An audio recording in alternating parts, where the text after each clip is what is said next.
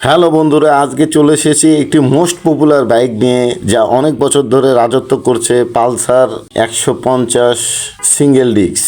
এই গাড়িটি অনেক বছর ধরে রাজত্ব করছে। আপনারা জানেন যে তারা দীর্ঘ সময় ধরে রাজত্ব করার কারণে আজকেও তারা টিকে আছে, কারণ তাদের গাড়ির কোয়ালিটি আসলে ভালো। একটি 4 stroke 2 valve twin spark BS4 এর একটি DTSI ইঞ্জিন নিয়ে তারা হাজির হয়েছে এবং অনেক কিছুই তারা পরিবর্তন করার চেষ্টা করছে। ধীরে ধীরে তারা অনেক কিছুই চেঞ্জ করছে, কালার, গ্রাফিক্স, অনেক কিছুই চেঞ্জ করছে। তারপরেও গাড়িটা এখনও মার্কেটে আছে, যেহেতু একটু ওল্ড মডেলের গাড়ি এগুলো, তারপরেও এখনও মার্কেটে চলে। কেন চলে?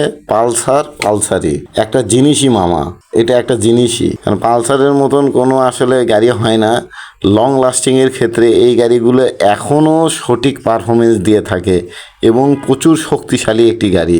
ইয়ং জেনারেশন থেকে শুরু করে ওল্ড জেনারেশন সবাই পছন্দ করে এই বাইকটি। এটার সিঙ্গেল ডিস্ক সিস্টেম, কিন্তু পিছনে ড্রাম ব্রেক আছে। তারপরেও গাড়িটা এখনও চলে। কেন চলে? এই গাড়িটার আলাদা একটা ফ্যান পেজ আছে, যার কারণে এই গাড়িটা এখনও চলে।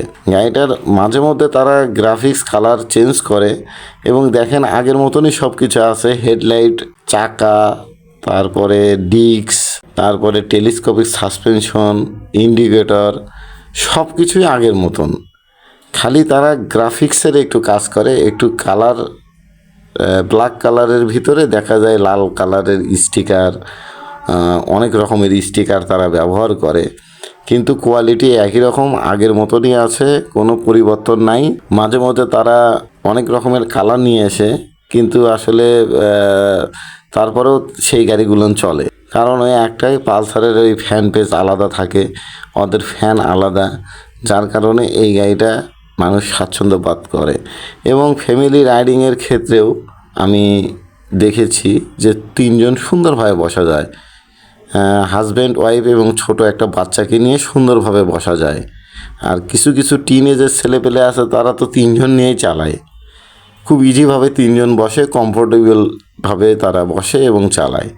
তো আমার কাছে এই গাড়িটা খুবই ভালো লাগে। আমিও বিগত দিনে চালিয়ে দেখেছি। গাড়িটা খুবই ভালো, খুবই শক্তিশালী একটি গাড়ি এবং গাড়িটার স্পিডও বেশ ভালো। ইঞ্জিন বেশ বড় সড়ো, স্পিডও খুব ভালো।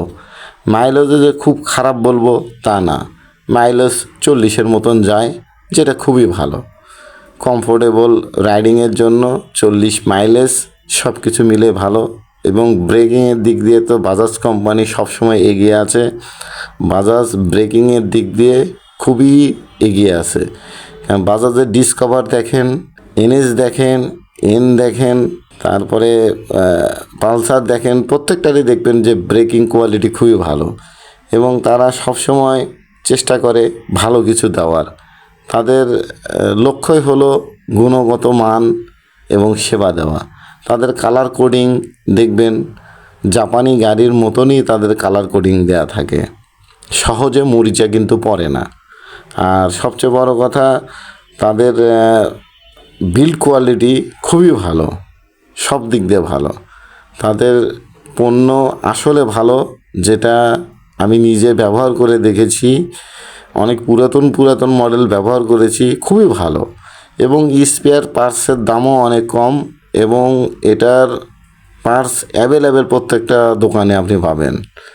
পালসার, ডিসকভার, NS, এন সিরিজের যত গাড়ি আছে সবগুলোর পার্টসই আপনি পাবেন। পালসারের সবগুলো গাড়ির আপনি পাবেন, সিটি 100, প্লাটিনা, সব কিছুরই আপনি পাবেন। মানে অ্যাভেলেবেল, কোনো টেনশন নেই এই গাড়ি নিয়ে। যে কোনো জায়গায় নষ্ট হলে মেরামতের ব্যবস্থা আছে। তো যাই হোক, আমার ভিডিওটা কেমন লাগলো? যদি ভালো লেগে থাকে তাহলে লাইক করবেন এবং সাবস্ক্রাইব করবেন। সবাই ভালো থাকবেন, সুস্থ থাকবেন। আল্লাহ হাফেজ। দেখা হবে নতুন কোনো ভিডিওতে।